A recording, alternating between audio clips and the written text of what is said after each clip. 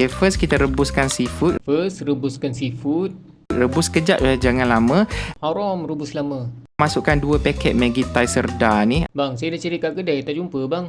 Saya guna kawan dia. Wajib brand Serdar, brand lain tak jadi. Alamak bang, saya dah rebus ni. Okay, rebus 2 paket tapi perencah dia kita pakai sepaket sahaja. Rebus sepaket, perencah pun pakai sepaket.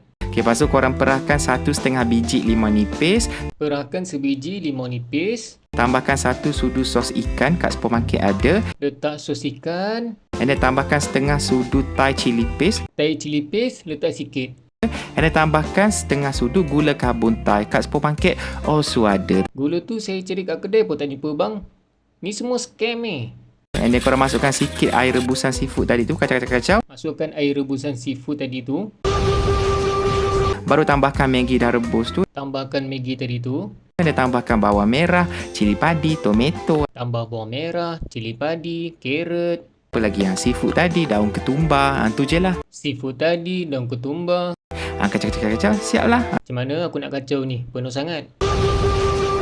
Asyap Maggi kerabu.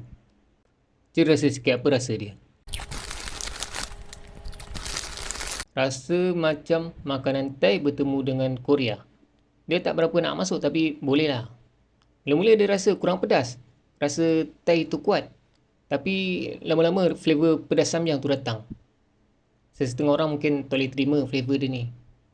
6/10. Jangan tiru nanti menyesal. Okay guys, jumpa lagi.